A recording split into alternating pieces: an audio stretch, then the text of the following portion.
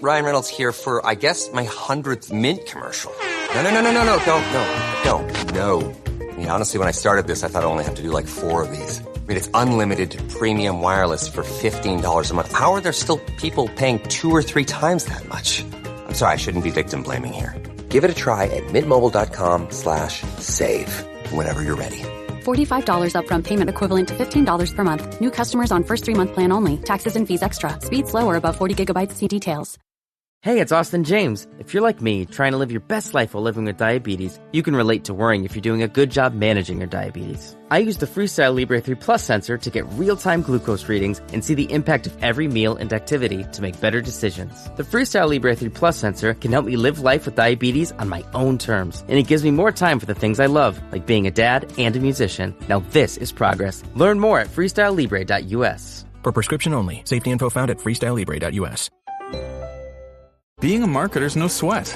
You just have to manage dozens of channels, launch hundreds of campaigns, score thousands of leads, and okay, fine. It's a lot of sweat. Unless you have HubSpot's AI-powered marketing tools to help you do all that and more. Get started at HubSpot.com/marketers.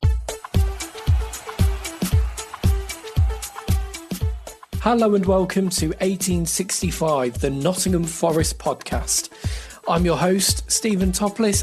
It's Friday, the 11th of October, and that means it's time for Friday 5. We're currently in the international break, which means Forest aren't in action this weekend, but we've still got plenty of stories to talk through from the City Ground this week. And to talk through those stories with me is the Maradona of the Midlands. Hello and welcome. Hello, and you are most welcome. Thank you. Let's now hear the top Forest stories of the week. It's over to Rich Ferraro. Hi, it's Rich here at the 1865 news desk this week, while Jamie continues his little break. Here are the top stories from the City Ground in the last 7 days. First of all, confirmation just after last week's news deadline that Forest owner Evangelos Marinakis has been charged with misconduct by the FA, and the club have also been charged with failing to control their players after the Chelsea brawl last weekend. The big guy allegedly acted in an, quote, improper manner in the tunnel area after the Fulham match, with reports that he was incensed at the award of Fulham's penalty while Forest did not get one of their own. Meanwhile, many fans are mystified at the decision to charge Forest after last weekend's shenanigans, in an altercation that appeared to be started by Chelsea players and in which the only hands raised were by Blues forward Nicholas Jackson, who re-entered the field of play after being subbed and allegedly raised a hand to the face of Morato. You may have seen our Jamie's video clip online to confirm that. Draw your own conclusions on those charges, Reds fans. And we'll move on to our next story, which is happier news, that fans have had the chance to offer recognition to 2 players recently, as Nikola Milenkovic and Callum Hudson-Odoi were awarded Player and Goal of the Month respectively, with the winger's effort against Liverpool being rewarded for not only being a fine piece of counter-attacking play, but also symbolic for Forest fans, most of whom have never seen the Reds win at Anfield until recently. As I'm sure that you're all aware, the giant Serb has proven to be one of the signings of the summer in the Premier League, never diving in, rarely giving away fouls, and with a commanding presence at the back. So well done to both players. Thirdly, in The Telegraph, Midlands reporter and Forest fan John Percy has been behind the scenes at the club. A few points of note. Wayne Hennessy is still training with the club despite being a free agent, and he's working with Matt Sells and Carlos Miguel. Analyst Axel Rice is now taking on the role of set-piece specialist, and, quote, a major change since Nuno's arrival in December has been to invite the analyst to observe training. Nuno believes that analysts can only learn about his philosophy and game model by watching it with their own eyes. In other news, the club's infrastructure is developing, so one crucial change has been to move the gym next to the physio's room. In recent times, Forest have had an unworkable situation where injured players would have had to go up a flight of stairs to get to treatment. And finally, on the topic of discipline, Nuno hates lateness but leaves the fines system to senior players such as Morgan Gibbs-White and Ryan Yates to police themselves. It also reports that the Red skipper is the man in charge of the coffee machine at the training ground. Going back to last week's action, hopefully you'll have heard our report on the draw at Chelsea, where Matt Sells gave a man-of-the-match performance, but Morgan Gibbs-White also limped out of the action. We'll have more on that later. But also recently, Forest women have won 8-0 against Halifax to continue their fine unbeaten start to the season, but the B team's bad run of form continues with 4 defeats in a row as they exit the Bristol Street Motors Trophy with a 4-2 reverse at Morecambe. You can hear more about the women's team in our dedicated show if you search our podcast feed or YouTube content for NFFC Women's Football Show. Finally, for now, it is International Week and 11 Reds have been called up to represent their countries at various levels. And originally, Matt Sells and Morgan Gibbs-White had been selected, but they both pulled out due to injury. In the case of the Giants goalkeeper, it is probably a precaution. In the latter case, it remains to be seen how long the midfielder will be out for, with mixed reports about whether Morgan could be back to face Palace or whether it could be a bit more long-term. And those are your top 5 stories, and this has been Rich Ferraro at the 1865 News Desk. Just a quick note to let you know that we're not ignoring the Man City versus Premier League story, but we will be talking about it in our Forest Ramble show, which will be in your feeds early next week. In the meantime, thanks for listening, and it's back to Stephen and Maradona in the studio. Thanks, Rich. So that was our top Forest stories of the week, and let's have a look at those in a bit more detail now. Starting with Evangelos Marinakis, the Forest owner, being charged with misconduct by the FA, and also the club being charged with failing to control their players following Forest's draw at Stamford Bridge last weekend. We've all seen by now the footage and the images of the incident, Maradona. Do you think Forest have been a bit hard done by here, or can you understand why these charges have been brought against, first of all, Evangelos Marinakis, and secondly, the club? Well, let's take on the Marinakis thing first. You think he'd have learned by now? He's whenever he goes down to the touchline, chaos ensues, and he gets into trouble. You would have thought he would have learned that that's not acceptable for an owner and somebody who's sort of particularly conspicuous by his appearance and personality, shall we say. He's got a big personality and a big appearance, so he draws attention to himself. I remember a big kid at school who was massive. It was well over 6 foot, and he just used to sort of draw attention to himself. Even if he wasn't doing anything too wrong, he was always getting into trouble. And I think it's the same situation with Mr. Marinakis. If I was him, I would have been more annoyed at Nuno after the Fulham game rather than the penalty things. I mean, I had that legacy sort of annoyance that a penalty had been given by VAR. Well, that's just because I hate VAR, and I was much more annoyed with the performance and the lineup, and Nuno's made a ballsy move there that day, picking that team when Marinakis was actually in attendance at the City ground. I wouldn't, if I'd spent all that money on those wingers and everything, I'd travel all the way over from Greece. I probably would have wanted to be entertained rather than sit there and be bored for 90 minutes. But so you'd think he should know better. So maybe as soon as his suite's made and he's locked up in there, up in the top of the main stand, wherever it's going to be, maybe that'll be for the best. On the other one, the Chelsea one, I think it's fairly standard procedure when two teams start doing the old handbags. Both teams normally get charged. Okay, Chelsea may have instigated it, and Nicholas Jackson may have been the most guilty culprit in all of it.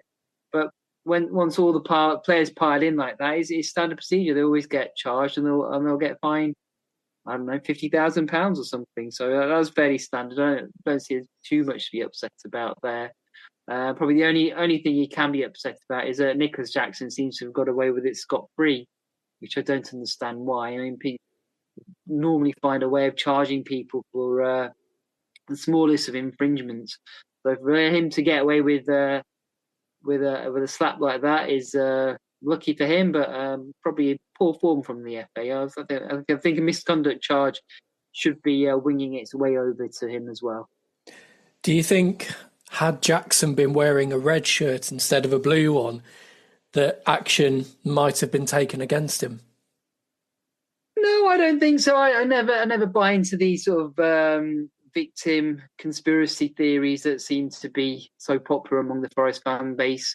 I think things we've been punished for, we've deserved to get punished for, and I don't think that would have made much of a difference. And maybe if it was just an away team player at a vociferous home ground, that, I mean, we've seen that happen at Forest down the years. We've sort of got on the back of the referee and linesman, and they've given a decision in our favour. That's part of the home advantage. But I don't think there's any conspiracy or agenda against Forest. I think it's just incompetent bureaucracy at the top of the game, which don't really seem to have any set way of doing things. They just decide who to punish on a whim. And so just good luck for him on this occasion and bad luck for us, I think. Yeah, I mean, after the last 12 to 18 months and the events that Forest have been involved in surrounding referees and complaints and all that kind of thing, I'd hope that Forest would keep their heads down and just stay out of trouble. But it seems a lot easier to get involved. Like in this incident on the weekend, it was really started by Chelsea players, and the Forest players are standing their ground and they end up getting fined for it. And like you say, one of the main instigators gets off scot-free. So it just adds to the whole frustration, really. But hopefully Forest learn from it and won't get involved again in similar confrontations. They won't. They'll do it again. We've seen it's been the same forever. Ever since I've watched football, players, they go all pile in like that, and it doesn't achieve anything. And then they're all handshaking and high-fiving and hugging each other at the end of the game. So it's all pretty fake, the aggression they show each other. The most sensible person on the pitch at that moment was Cole Palmer, who just went over and sat down, sort of stayed out of it all. So I think maybe everybody else should take a leaf out of his book. He was the best player on the pitch. Maybe not on the day, but certainly ability-wise. And he just stayed out of it. And that's what everybody else should. Everybody knows what's going to happen. You start going in, pushing and shoving, you're going to get booked at the least or sent off. And then you're going to get a fine coming your way. But they still do it. But it's because I guess footballers have their brains in their boots rather than their heads. Let's move on to more positive news. And Player of the Month and Goal of the Month, which were won respectively by Nikola Milenkovic and Callum Hudson-Odoi for his goal at Liverpool, his historic goal at Liverpool. Milenkovic has won Player of the Month, and frankly, you can't argue with it. He's been excellent ever since he came into the club in the summer, and his commanding performances at the back have given Forest a lot more stability. I think I said in a previous podcast, I think he's bringing the best out of Murillo next to him. And he's certainly brought a real calming influence to the team and his experience as well. And that it's been massive. And this was just reward, I think, for him and his great form. Yeah, he's been tremendous ever since he came in. When we signed him in the summer, it felt to me like we'd made a step up in the level of signing we were making. We're buying a player from an established league, an established club in that league, who's a regular player playing regularly at a very high level in European competition and on international competition. So it felt like a bit of a marquee signing for us. Maybe not as flashy as some of the other players we've signed in the past, like Gibbs White and what have you, but I think this is probably be the most important one since we've got promoted, a real signal of how far we've come and that we've moved up a bit of a level in terms of the stature of the club and the signings we can make. And he's just showed that quality all the way through. He's just a very, very commanding player, as you say, and a really good influence. And just the size of the guy as well. It's just when you've got somebody that big, it's really hard to get past them. And it just offers so much in the set pieces as well, going forwards and defending. So, yeah, he's been a tremendous signing, and so far he's living up to all the hopes I had for him when he put pen to paper. Yep, and long may his good form continue. And then Callum Hudson-Odoi winning the Goal of the Month award for his strike at Liverpool. Not only was it a great piece of counter-attacking play from Forest, but the finish just off the post by Hudson-Odoi was spot on. It was a massive goal. It put Forest ahead at Anfield. They held on and secured a famous win, their first at that ground since 1969. And much like we said at the time, we know exactly what Hudson-Odoi is going to do when he's in those positions, but he's got the technical ability to deliver those finishes, even though you know what's coming. And that just shows his quality. Yeah, I think it's very difficult to defend that, because people say, well, you just show him outside. But what he does in those finishes, he uses the defender's body as a shield and almost as a guide to know where to place the ball and to hide it from the goalkeeper. So it is really difficult to defend. And I think what really made that goal for me was the pass from Elanga. That's the thing, that the real, as good as the finish was, that was the really beautiful thing about that goal. And there's three nice elements to it: the little pirouette and turn by Gibbs White, then the finish. But it was a pass from Elanga, so it just beat the whole Liverpool defence. And it was a really, really good quality, high quality pass. So that, yeah, it was a good goal. And it was nice to see it as a contender on Goal of the Month on Match of the Day this past weekend. It's not something you see very often from Forest. So yeah, that was pleasing, and I was a bit annoyed that it didn't win. Although, well, maybe not win. I thought maybe the Leicester goal from Justin was probably the best goal. Wow, finish! Oh, what a sweet volley against Arsenal! But even that didn't win. So never mind. Our next story is John Percy going behind the scenes at Forest, and specifically the training ground. So some interesting nuggets that have come out of this. Wayne Hennessy is still at the club, and he's training, working with Matt Sells and Carlos Miguel, the two current goalkeepers, senior goalkeepers at Forest. Analyst Axel Rice has now took on the role of set-piece specialist, and Nuno has also invited analysts to observe training, and he believes that is a way of enhancing the data and the information that the analysts produce, because they are going to be then more in tune to Nuno's style and the way that he wants to do things. That's certainly how he sees it anyway. Your thoughts on these first few stories, Maradona? A few intriguing points there, I think. Well, you say that. I'm not so sure. Not particularly interesting. We'll end the podcast there, will we? No. I mean, most of them just feel like pretty obvious things, don't they? It's just, why weren't the analysts at the training ground watching training? Why were they so busy that they couldn't come to training and watch them train? Were they catching up on some box set? I don't know, but it seems pretty obvious. Yeah, if you're down the training, if you're part of the training setup, you should be watching training. But I don't know. They obviously know better than me. Some clubs. What was the other story? Henderson. Not Henderson. Hennessy. Wayne Hennessy. Yeah, Wayne Hennessy training. Yeah, that's fine. He can train as long as he doesn't get anywhere near the first team and on the pitch. That's absolutely fine. He can be there forever, the rest of his life, as long as he doesn't come anywhere near the City Ground pitch. I'm happy enough. And then have we got to the? They've moved the physio room downstairs. Yeah, so it's been moved next to the gym. With this setup before, it sounds like injured players were having to walk up and down flights of stairs to move between the rooms.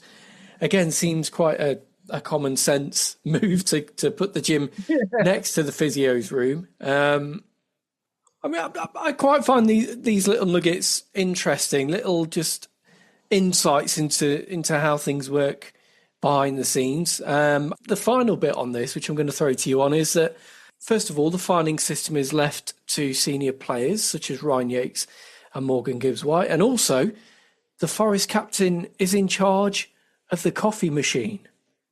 I don't know what that means. Is it one of those old-fashioned coffee machines with a instant coffee in them where you just add hot water? If so, is he responsible for refilling it with the plastic cups with the coffee already in there? And does he have to take the money out, the 20p coins out of the... I'm not sure what those... Or is it one of those fancy coffee machines where it makes cappuccinos and things?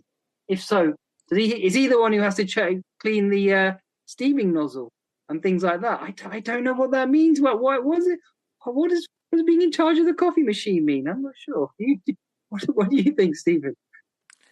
It sounds like somebody's training for a job at Cafe Nero on Central Avenue, doesn't it? Maybe that's the next move after retirement. You can dip into the barista trade. Yeah, and the fining system. I mean, that sounds like an abdication of responsibility from Nuno. He just doesn't want to be unpopular with the players, does he? What are we paying him £3 million a year for? Can we sort out the fines, Nuno? You can't leave it to the players. They're all big kids. You could look at it and say that he's giving the power back to the players. The players are holding each other responsible and holding each other to account, maybe. So I can see the thinking behind that.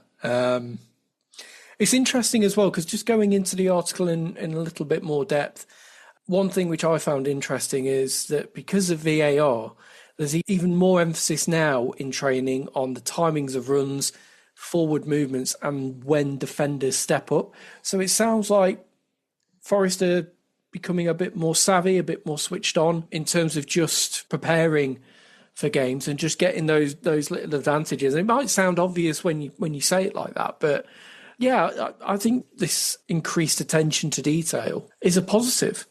Yeah, no, I've just been a bit facetious, but it's all, I think it's all about marginal gains, I suppose, and moving on with the times and just having to sort of keep on innovating. I mean, famously, Cloughie's teams and never even bothered practicing set pieces, and we were punished time and time again for it for those days. So just practicing. So the next step on that is practicing set pieces. The next step from that now appears to be having specialist coaches for those set pieces. And now you've got the technology with the drones and GPS and everything. You can sort of work out what you're doing, and it's only right that they should. They're all highly paid professional elite athletes. I don't think it's asking too much of them to do this sort of thing. You've got to do it, because if the opposition are doing it and you're not, they're always going to have the advantage over you. So it's incredibly necessary to do this and invest the time in it. Just so many of the teams are so evenly matched now in the Premier League. There's just these tiny little advantages can decide between drawing, winning, or losing. And so yeah, it's right they should do it. And yeah, and maybe I'm too old and cynical for to be too impressed by these nuggets of information. But if I think back to a 17-year-old me, I would have lapped it up. I would have been all over this article and enjoyed it very much. So don't let me rain on your parade if you have enjoyed it. It's perfectly right that you should do that. when you're young, it's your whole life, and everything in it, anything from what clothes the players are wearing to what they have for breakfast, you just you lap it up, don't you? On that note, we will take a short break. Do stick around. We'll be back with you after this.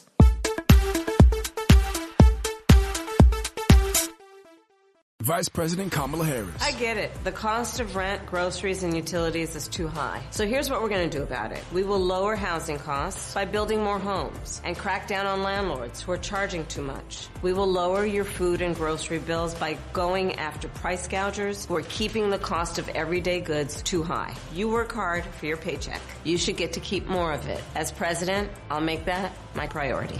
I'm Kamala Harris, candidate for president, and I approve this message. Paid for by Harris for President.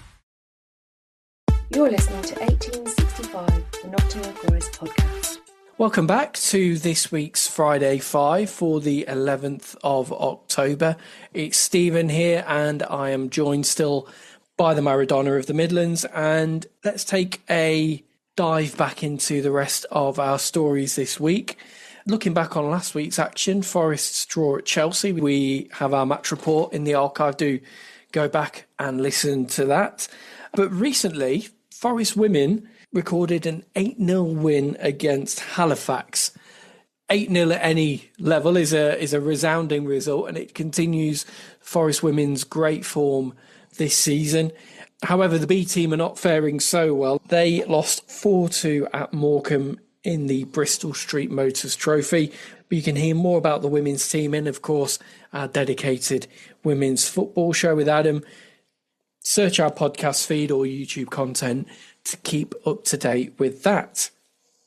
And our final story of this Friday 5 surrounds International Week, and 11 Forest players have been called up to represent their nations at various levels.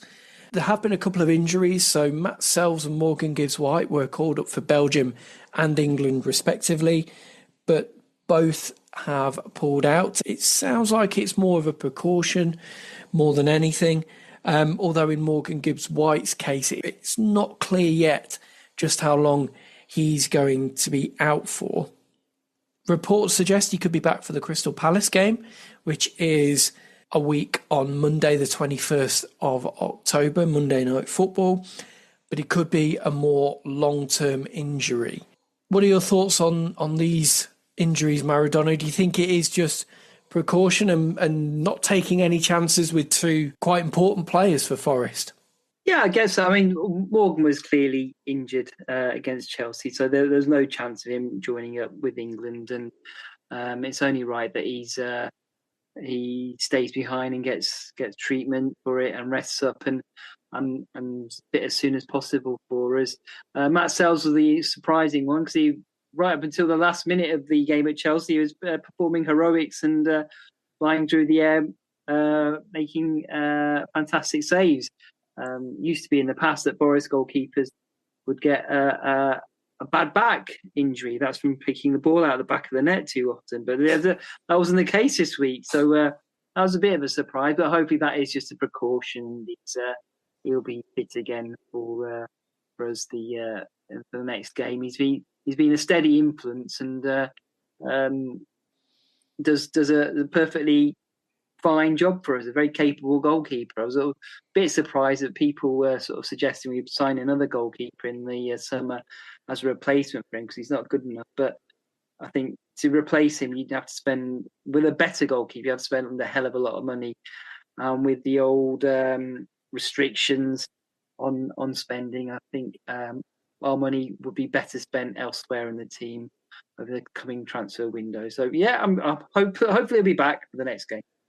And if he isn't, we know that we've got an extra keeper knocking around the club. Yeah, Carlos Miguel. Oh no, Hennessy. Yeah, no, he's not getting in the team. No. So yeah, we've seen Carlos Miguel a bit already this season in the Cups, and he's certainly acquitted himself well since joining in the summer. But hopefully, yes, Matt Sells will be fit to return. Morgan Gibbs-White is potentially a long-term injury. We're not sure yet what the diagnosis is in terms of how long he'll be out for. Some reports are saying he'll be back for the next game, which is Crystal Palace. I think losing him for any period of time is going to be a big blow because we saw what happened when he was suspended for the Fulham game, didn't we? Forest looked a very different team without him. Yeah, I thought they'd miss his creativity.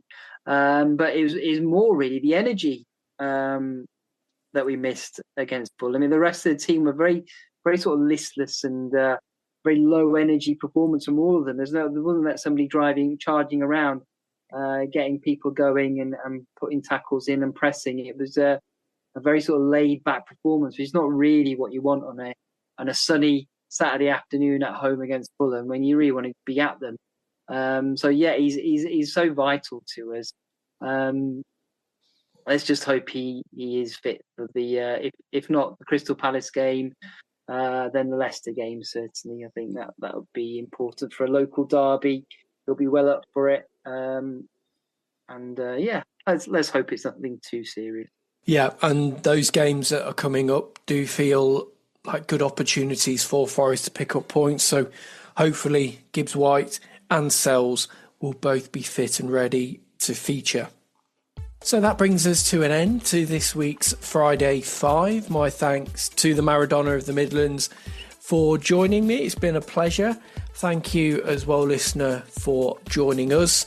We will be back early next week with our Forest Ramble monthly roundup show, so don't miss that one when it drops in your feed. And don't forget, we have our regular match reports and our women's football show as well. So that's it. Until next time, thanks again for listening, and we'll see you soon.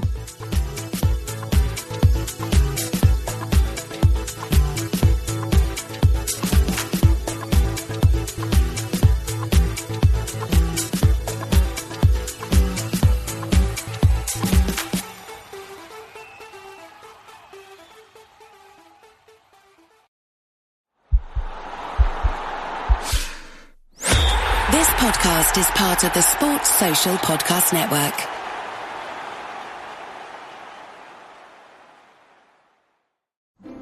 Connection is a healthy and essential aspect of our daily lives. From a warm hug after a hard day to kind words just when we need them, these gentle moments give us an understanding of life's true meaning. But when the ability to connect is interrupted by the hustle of daily life and to-do lists pile up next to the worry of who needs school supplies, sometimes making decisions about our health and the well-being of our loved ones can take a back seat. When it comes to those we care for, vaccines are one of the greatest public health success stories, and along with other measures, are one way to help prevent certain diseases. At Merck, we envision communities where families, healthcare providers, local organizations, and advocates work together. Health equity happens when every person, regardless of age and ethnicity, in every community, has fair access to healthcare, including the vaccines they need. For more information, please visit whyvaccines.com.